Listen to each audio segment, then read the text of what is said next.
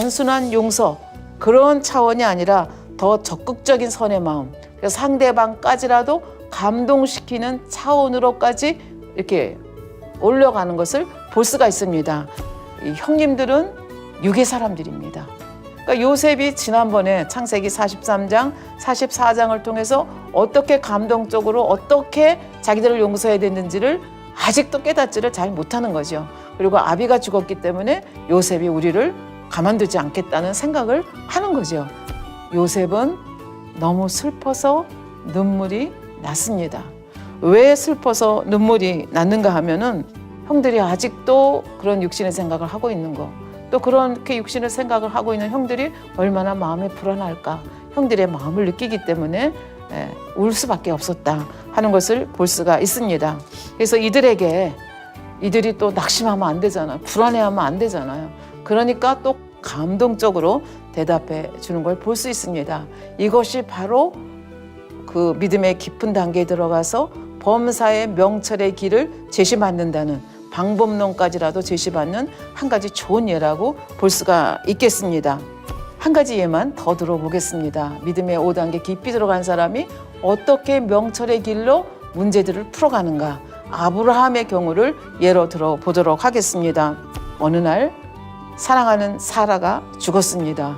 그러니까 사라를 묻어야 할 무덤을 마련해야 됩니다.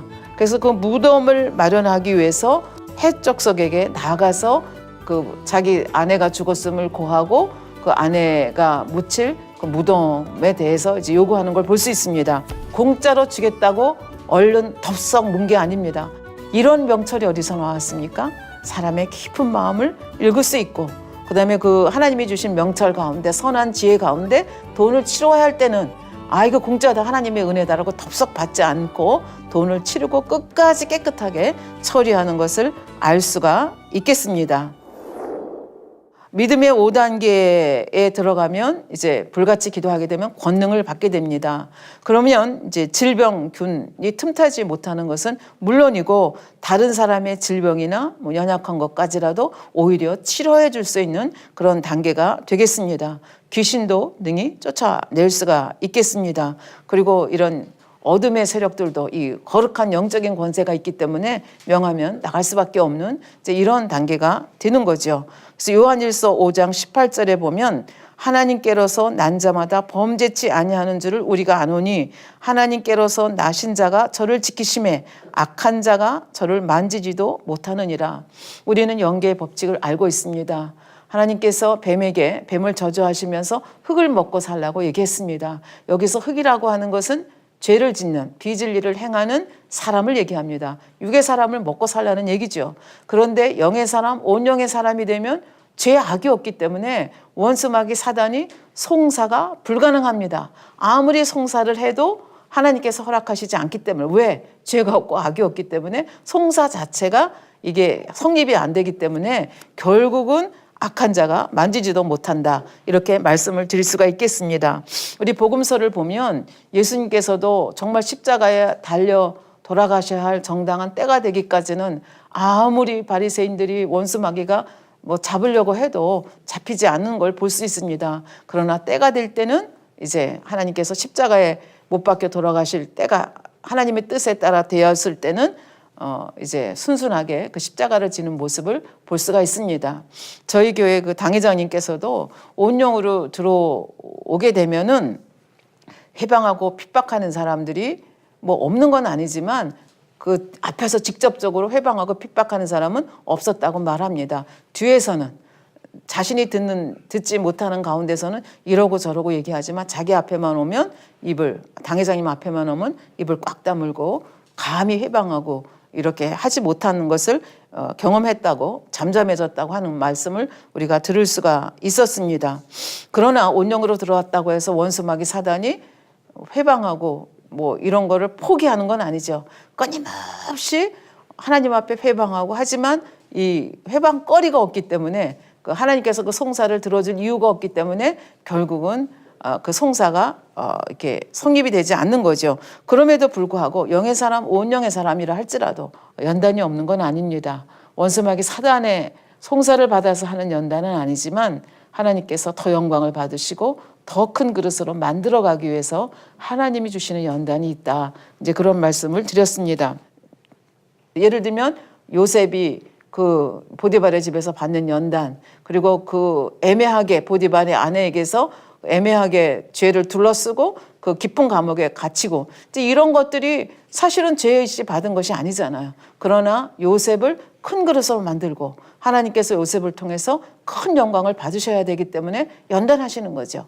아브라함이 그 100세에 얻은 아들을 이삭을 그 번제로 바치라고 하는 그 연단도 마찬가지죠. 그 연단을 통해서 뭐 아끼는 것이 없는 거죠. 그 아들, 생명보다 더 귀한 아들까지라도 기꺼이 드릴 수 있고, 또 하나님에 대한 믿음이 있잖아요. 내가 설사 이 아들을 번제로 드린다 할지라도 아버지는 전지전능하신 분이고 약속을 지키시는 신실하신 분이기 때문에 죽은 자 가운데서도 살리실 수 있다는 것을 믿었기 때문에 그 모리아산까지 데리고 가서 주저없이 칼을 들어서 죽이려고 했던 것을 볼 수 있습니다. 그러니까 이런 연단은 있지만 원수마귀 사단과는 관계가 없다. 그래서 결국은 악한 자가 만지지도 못한다는 이 말씀이 그대로 성립이 된다는 것을 볼 수가 있습니다.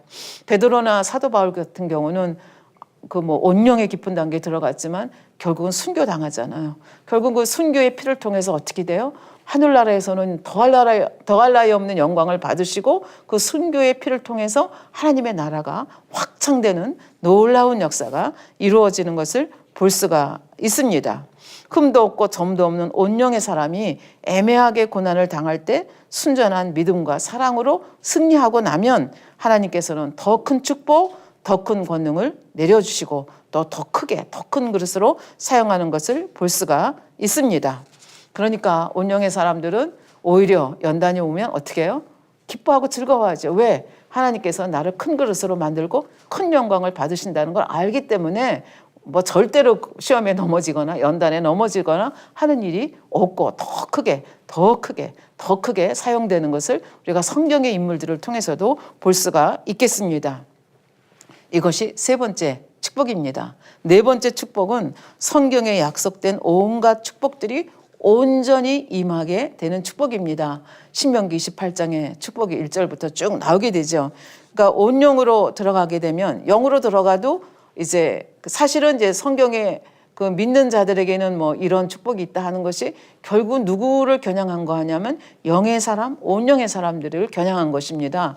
나는 믿는다고 하는데 왜 신명기 28장에 있는 축복이 나한테 안 임하나? 난 믿음의 3단계 반석인데 들어가도 복, 나가도 복이라고 하는데 나는 왜 그런 축복이 안 임하나? 아직 영이 아니기 때문에 그렇죠. 그래서 사실 이런 축복은 정확하게 얘기하면 최소한도 믿음의 4단계, 영으로 들어와야 임하는 축복이라 볼 수 있고, 믿음의 4단계에 들어오면 하나하나 이제 임하는 거죠. 믿음이 쌓여가는 만큼, 영으로 깊게 들어가는 만큼 하나하나 임하게 되고, 믿음의 5단계에 들어가면 하나하나 임하는 것이 아니라 말씀하신 축복들이, 모든 축복들이 온전하게 다 임하는 단계가 바로 믿음의 5단계다. 이렇게 말씀을 드릴 수가 있겠습니다. 그러니까 믿음의 5단계만 들어오면 사실 이 땅에서도 말할 수 없는 축복을 받게 되고, 이제 지금부터 말씀드리겠지만 천국의 축복은 더 이 땅에 받는 축복하고는 비교가 안 되는 그런 축복을 받게 됩니다. 잠시 정리를 하겠습니다. 우리가 온영으로 들어오게 되면 이 땅에 사는 동안도 축복을 받게 됩니다. 첫 번째가 구하는 즉시 응답을 받고 마음에 품은 것까지라도 응답을 받는다 말씀을 드렸고, 그다음에 이 세상에 살면서 범사에 얽히고 설켜서 풀 수 없는 문제라 할지라도 하나님께로부터 명철의 지혜를 받아서 풀어갈 수가 있는 지혜가, 방법론까지라도 받을 수 있는 축복이 임한다는 것이고, 세 번째 축복은 악한 자가 만지지도 못한다는 거. 왜? 죄가 없고 악이 없기 때문에. 그러나 하나님의 손에서는 더 큰 그릇이 되기 위해서 연단을 받지만 그 연단을 믿음으로, 감사로 얼마든지 너끈히 이렇게 통과할 수 있기 때문에 더 큰 그릇으로 나와서 기쁨으로 연단을 받을 수 있다는 얘기고, 네 번째는 성경에 약속된 축복들이, 모든 축복들이 온전하게 임하는 이런 축복을 이 땅에서 받는다는 얘기가 되겠습니다. 그렇다고 하면 이 땅에서 삶이 끝나고 내세에 갔을 때 어떤 축복을 받는가? 우리는 새 예루살렘에 대해서 너무 많이 들었습니다. 새 예루살렘에 들어가게 되죠. 믿음의 5단계에 들어가면 이 새 예루살렘에서 받는 영광과 상급과 축복은 상상할 수가 없는 엄청난 축복을 받게 된다는 것을 알 수가 있습니다. 가장 영광스러운 처소가 새 예루살렘이죠. 그리고 새 예루살렘에 가면 가장 큰 축복이 뭐예요? 언제나 아버지 하나님, 주님을 뵐 수 있고 같이 이렇게 축복을 누릴 수 있다는 거. 아버지 하나님께서는 인간 경작을 하신 목적이 바로 이거든요. 곁에 두시고 사랑을 말하지 않아도 눈빛만 봐도 참 사랑을 마음으로부터 오는 올라오는 감사, 사랑을 느낄 수 있고 사랑을 나눌 수 있는 그런 자들을 원하셔서 결국은 인간 경작을 했고 인간 경작의 최고 열매가 믿음의 5단계거든요. 믿음의 5단계. 하나님이 뭘 못하십니까? 전지전능하신 하나님께서 이 인간들, 이 참 열매로 나온 이들을 너무 사랑하셔서 내가 말하지 않고 구하지 않은 것까지라도 마음에 품은 것까지라도 아니면 내가 알지 못하는 것까지라도 다 준비해서 우리를 기다리고 계시는 분이 누군가 하면 아버지 하나님이시오 우리의 주님이십니다. 그러니까 새 예루살렘의 영광이라고 하는 것은 이루 말할 수가 없는 그런 영광이라 말씀을 드릴 수가 있겠습니다. 요한계시록에 보면 이제 그 21장, 22장에 보면 새 예루살렘에 대해서 나오거든요. 근데 이 시간에 그 새 예루살렘에 대해서 어떻게 다 설명을 하겠습니까? 우리 이제 그 교회에서 나온 이재록 목사님께서 쓰신 그 천국과 지옥이 있거든요. 그 중에 천국은 2권입니다. 특별히 이제 2번째가 이제 새 예루살렘에 관한 것이 책 한 권으로 나왔거든요. 그러니까 많이 궁금하신 분들은 그 책을 참조하시면 되겠고 지금은 그냥 간단히 새 예루살렘, 믿음의 5단계에 들어가는 사람들이 들어가는 새 예루살렘의 영광에 대해서 그냥 간단하게만 설명을 드리도록 하겠습니다. 믿음의 5단계에 들어가면 우리가 그렇게 그리워하던 새 예루살렘에 드디어 들어가게 됩니다. 그러면 새 예루살렘은 어떤 곳입니까? 요한계시록 21장, 22장에 보면 새 예루살렘의 대략적인 그 모양이 나옵니다. 가로, 세로, 높이가 12,000 스타디온이라고 되어 있습니다. 이게 도대체 12,000 스타디온이 얼마나 되는가 궁금하실 텐데 쉽게 말씀드리면 6천리가 된다는 얘기입니다. 가로, 세로. 가로, 세로가 6천리 된다는 건 이해가 되지만 높이까지 6천리가 된다고 하니까 도대체 새 예루살렘이 어떤 것인지 저도 엄청 궁금합니다. 그 높이까지 무엇이 어떻게 되어 있는지 너무나 궁금한데요. 이 새 예루살렘의 성곽, 그러니까 6천리로 되어 있는데 그 성곽의 그것이 맑고 투명하면서도 푸른빛이 도는 벽옥으로 되어 있고 그 맑은 성은 맑은 유리 같은 정금으로 되어 있다고 얘기합니다. 더 기가 막힌 것은 밟고 다니는 길도 다 정금입니다. 이 땅에서는 금덩어리 얻기 위해서 애쓰고 힘쓰는데 애착 가질 이유가 없죠. 새 예루살렘 가면 걸어 다니는 길도 정금길이니까 새 예루살렘 꼭 가야 되겠죠. 그리고 그 가로 세로 6천리인 그 새 예루살렘 성에는 문이 동쪽 각 그 방향마다 진주문이 12개가 통진주로 만들어진 문이 12개가 있습니다. 동쪽에 3개, 서쪽에 3개, 남쪽에 3개, 북쪽에 3개 이렇게 12개가 있는데요. 그 12문 중에는 이스라엘 12지파들 여러분들 아시죠?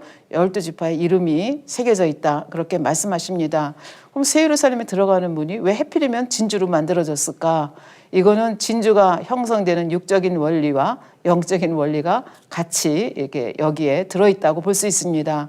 여러분들 그 조개가 어떻게 진주를 만드시는지 알고 계십니다.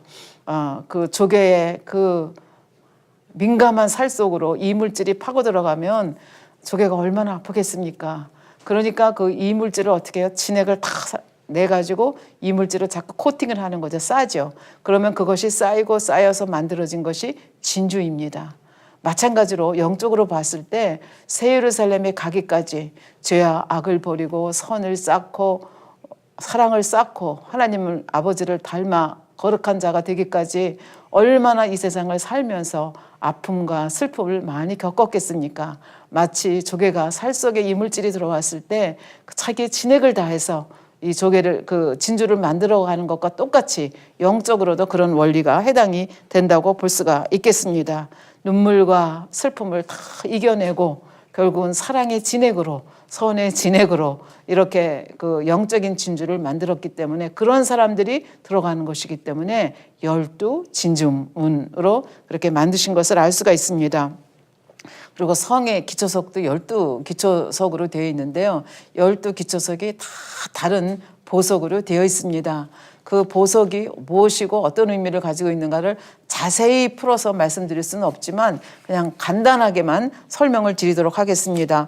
첫째 기초석이 벽옥입니다. 이 벽옥이라고 하는 것은 영적인 믿음을 나타냅니다. 쉽게 성경상의 예를 들면 아브라함의 믿음이 바로 이제 그런 믿음이라고 볼 수가 있겠습니다. 둘째 기초석이 남보석, 사파이어입니다. 이 남보석이 가지고 있는 의미는 정한 마음, 깨끗한 마음입니다. 예를 들면 다니엘의 마음 같은 마음이 바로 여기에 해당된다고 볼 수 있겠습니다. 세 번째 기초석은 옥수입니다. 옥수는 결백과 희생을 상징하는데 성경적인 인물로는 룻을 들 수가 있죠. 자기 유익을 구하지 않고 하나님과 이웃을 위해서. 룻의 경우는 자기의 정말 아무것도 할 수 없는 그 시므로부터 내가 유익을 받는 것이 하나도 없는데도 불구하고 도리를 쫓아서 그 시므를 섬기는, 생명까지라도 버릴 수 있는 그런 마음이 바로 옥수입니다. 네 번째 기초석은 녹보석인데요. 녹보석은 빛의 열매인 의와 푸르름을 나타냅니다. 선, 의, 진실이 어우러진 참된 그런 그 의라고 볼 수가 있겠습니다. 예를 들면 다윗이나 에스더 같은 인물이 여기에 속한다고 볼 수 있겠습니다. 다섯째 기초석은 홍만호입니다. 죽도록, 빨간색이 그렇잖아, 충성을 의미하잖아요. 그래서 죽도록 충성하는 마음, 모세 선지자 출애굽기에 또 그 모세오경에 보면 얼마나 자세하게 나와 있습니까? 여섯 번째 기초석이 홍보석입니다. 이것도 역시 붉은색이죠. 열심과 정성된 마음, 그러니까 사도 바울처럼 자기 자신을 불태워서 하나님 앞에 충성하는 마음이 바로 그 열정적인 사랑의 마음입니다. 사도 바울, 모세가 모세 선지자가 가졌던 마음이 바로 이 마음입니다. 일곱 번째 기초석이 황옥입니다. 황옥은 자비로운 마음입니다. 도저히 이해할 수 없고 용서할 수 없는 사람을 이해하고 용서하는 마음이 여기에 속한다 볼 수 있겠습니다. 편견 없이 모든 사람을 포용하는 그런 마음을 뜻하는 보석이 바로 이제 황옥이라 볼 수 있는데, 예를 들면 스데반 집사님 돌에 맞아 죽여가면서도 저들을 용서해 달라고 기도하는 얼마나 자비로운 마음입니까? 여덟 번째 마음이 노곡입니다. 오래 참음을 나타냅니다. 믿음, 소망 가운데 평안한 마음으로 오랫동안 참는 마음이고요. 아홉 번째가 담항옥입니다. 이것은 양선의 마음을 얘기합니다. 양선의 마음은 성경에 의하면 다투지도 않고 들레지도 않고 상한 갈 때도 꺾지 않고 꺼져가는 심지도 끄지 않는 주님의 마음이 여기에 해당이 되겠죠. 열 번째가 비치옥, 절제를 나타냅니다. 무엇이든지 진리로 분별하고 매사에 성령의 소욕을 쫓아 행하는 마음입니다. 세례 요한, 예수님이 인기가 올라갈 때 어떻게 했습니까? 그는 흥하여 하고 나는 망하여 하리라. 절제하면서 무엇이 정도인지를 정확하게 분별하는 그 마음이죠. 11번째 기초석이 청옥입니다. 흠도 티도 없는 마음의 청결함, 거룩함을 나타냅니다.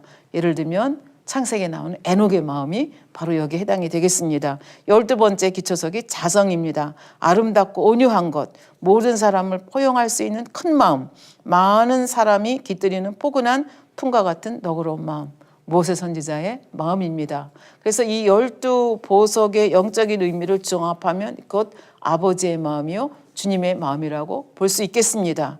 그러니까 성의 기초석이 이런 12기초 그 보석으로 이루어진 이유가 뭐겠습니까? 결국은 온영에 이른 사람들은 이런 영적인 열매들이 온전하게 맺혀진 사람들이 결국은 들어가서 사는 성이라는 의미가 여기에 포함이 되어 있습니다. 그래서 진주문이 열리고 그 속으로 들어가면 거긴 해도 없고 달도 없다고 성경은 우리에게 설명하고 있습니다. 등불도 없습니다. 그럼에도 불구하고 아버지 하나님의 영광의 빛으로 환한 곳, 밝은 곳이 바로 새 예루살렘이라고 볼 수가 있겠습니다. 멀리서 보면 찬란한 영광의 구름 사이로 집을 장식한 이 집들이 다 이런 보석으로 막 반짝반짝 하거든요. 그래서 그것들이 영광의 구름 사이에서 사이사이 이렇게 비칠 때 마치 성이 살아있는, 그래서 움직이는 것 같이 보인다고 말합니다. 우리가 비행기 타고 이렇게 가다가 깜깜하다가 도시들이 나타나면 불빛이 반짝이는 거 얼마나 아름답습니까? 이 땅의 도시들도 그렇게 아름다운데 새 예루살렘이 하나님의 영광의 구름 가운데 그렇게 온갖 보석들이 반짝이는 그 새 예루살렘은 얼마나 아름다울까? 아마 말로는 표현을 못할 정도로 아름다울 것이라고 생각이 됩니다. 천국 집은 또 어떤 곳인가? 우리 지난번에 그 믿음의 4단계 사람들이 들어가는 3천층에 대해서 말씀드렸습니다. 그러니까 3천층이나 새 예루살렘은 단층이 아니라 복층이라고 말씀을 드렸습니다. 그리고 원하는 모든 시설들이 다 있는 곳이 그 믿음의 4단계, 그러니까 영으로 들어가고 온영으로 들어가는 모든 시설들이 다 있다 말씀드렸습니다. 무용하는 거 좋아하는 사람은 무용실도 있고, 그다음에 수영하는 거 좋아하는 사람은 수영장도 있고, 골프 좋아하는 사람은 골프장도 있고, 뭐 산책하기를 좋아하면 또 얼마나 새들이 지저귀는 숲도 있을 것이고, 그러니까 내가 원하는 그런 이제 모든 시설들이 다 갖춰져 있는 것이 이제 그 3천층 새 예루살렘이라고 볼 수 있습니다. 그러면 새 예루살렘하고 3천층은 어떤 차이가 나는가? 우선 집의 크기에서 차이가 난다 말씀을 드릴 수가 있겠습니다. 3천층에 있는 집들이 큰 집이 60이라고 하면 새 예루살렘에 있는 집은 100이라 이렇게 칭할 수 있다 말씀드렸습니다. 결국은 이제 그 3천층에 있는 집들의 크기의 거의 배가 되는 집이다. 이렇게 말씀을 드릴 수가 있겠고요. 그다음에 3천층의 집도 정금 보석으로 되어 있다 말씀드렸는데요. 그 보석들이 똑같은 보석들이 아니라는 거죠.